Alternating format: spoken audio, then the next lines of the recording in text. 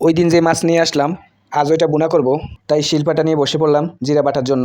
সাথে কিছু মাছের ডিমও নিয়ে নিলাম রসুন বাটা, জিরা বাটা, মরিচ বাটা। 3 পিস মাছ নিলাম আমি। ফ্রাই প্যানে তেল দিয়ে দিলাম, তারপর মাছগুলোকে এক এক করে দিয়ে দিলাম। মাছগুলোকে ভাজি করে নেব।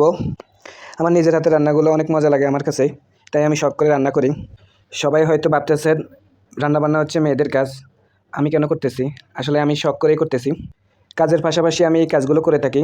অবশেষে মাছ ভাজি হয়ে গেছে। এবার কড়াইতে তেল আর পেঁয়াজ দিয়ে দিলাম, কিছুক্ষণ ভেজে নেব। তারপর রসুন বাটা, জিরা বাটা, মরিচ বাটা দিয়ে দেব।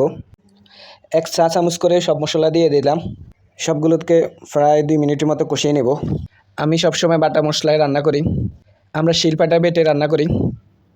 বাটা মশলায় রান্না তো অসাধারণ হয়, সেটা তো বলার কিছুই নেই, আপনারা তো সবাই জানেনই। কালার দেখলেই বোঝা যায় বাটা মশলায় রান্না কত সুন্দর কালার আসে। সামান্য পানি দিয়ে দেব। এবার হলুদ লবণ দিয়ে দেব, দিয়ে ভালোভাবে কষিয়ে নেব। মশলাটাকে ভালোভাবে 2 বার কষিয়ে নিলাম। পৃথিবীর সবচাইতে সহজ রান্না হচ্ছে মাছ বোনা।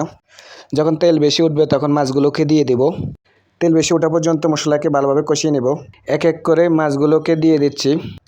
এই মশলায় মাছগুলোকে কিছুক্ষণ কষিয়ে নিব।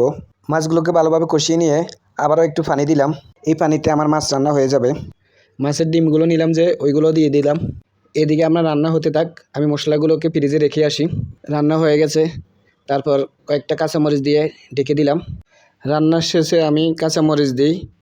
এই কাঁচামরিচ খেতে অনেক মজা লাগে ভাতের সাথে, আর তরকারির মধ্যে একটা সুন্দর ফ্লেভার হয়। রান্না শেষ হওয়ার 1 মিনিট আগে দিয়ে দিই। ভাত নিয়ে খেতে বসে গেছি। 1 পিস মাছ নিয়ে নিলাম, সাথে কিছুটা ডিমও নিয়ে নিলাম, সাথে আমার পছন্দের লোনা ইলিশ দিয়ে মরিচ ভর্তাটা নিয়ে নিলাম। বাবুকে বলতেছি ভাত খাবা, সে বলতেছে খাবে না, সে শুধু দেখবে।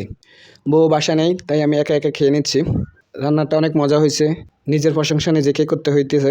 যাই হোক, রান্নাটা অনেক মজা হয়েছে। সবাই আমাকে সাপোর্ট করবেন, পাশে থাকবেন। আল্লাহ হাফেজ।